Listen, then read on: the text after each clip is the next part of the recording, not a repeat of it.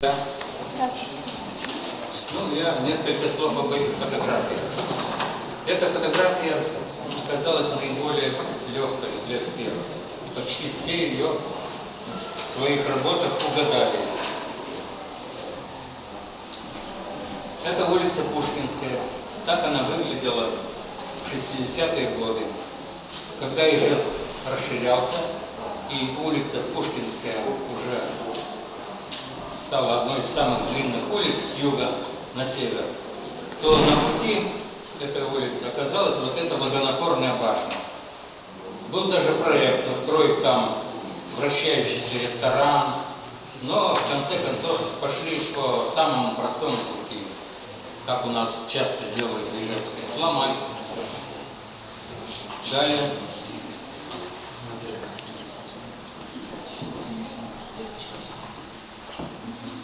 Следующая фотография.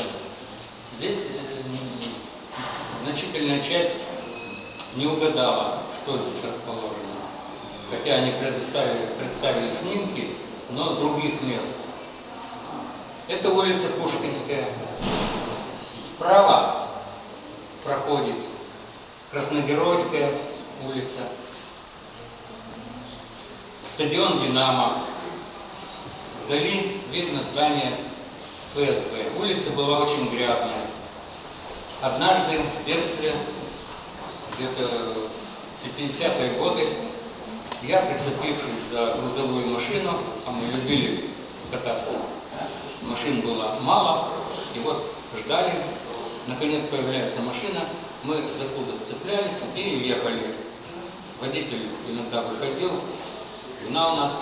И вот по Советской улице эта машина шла, повернула на Пушкинскую вверх. И, проехав Красногеройскую улицу, или переулок его тогда называли, машина забуксовала в грязи, как раз недалеко перед въездом на центральную площадь современную.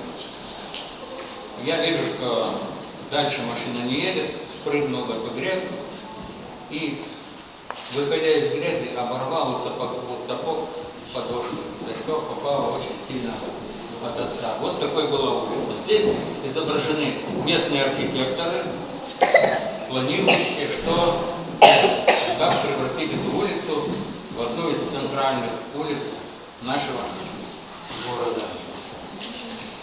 Это наиболее узнаваемый оказался снимок. Его не угадал только один человек, участвовавший в части в этом конкурсе, вот именно в этой части. Некоторые вообще не предоставили, очень жаль, снимков этих старых мест. Здесь вы видите монумент дважды Героя Советского Союза Кунгурцеву. Он стоял когда-то вот на этом месте. Затем его перенесли уже в аллею Славы на улицу Коммунаров. Вот кратко об этих снимках. Далее вообще о конкурсе. Очень хорошо представили фотографии по теме «Неповторимый жест». Практически все получили высшие оценки. Ну, об этих трех я говорил. Неплохие результаты по теме «Городская история». Некоторые очень подошли творчески и прямо целую небольшую историю представили фотографии. Ижевские лики также очень удачные многие. И, наконец, мы подвели итоги.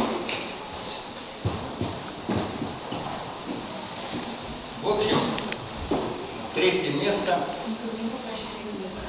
Сергей Николаевич немножечко спешит. Мы двигаемся к нему. Мы начнем со спецпризов. Хотелось бы отметить Лешу Единственного. Это фотограф, который выступал под псевдонимом. Единственный фотограф, который выступал под псевдонимом и который привез огромное количество фотографий. Ну, не удалось их обработать и выбрать, сделать выбор но вот такое рвение и любовь к фотоискусству, вот хотелось бы этого фотографа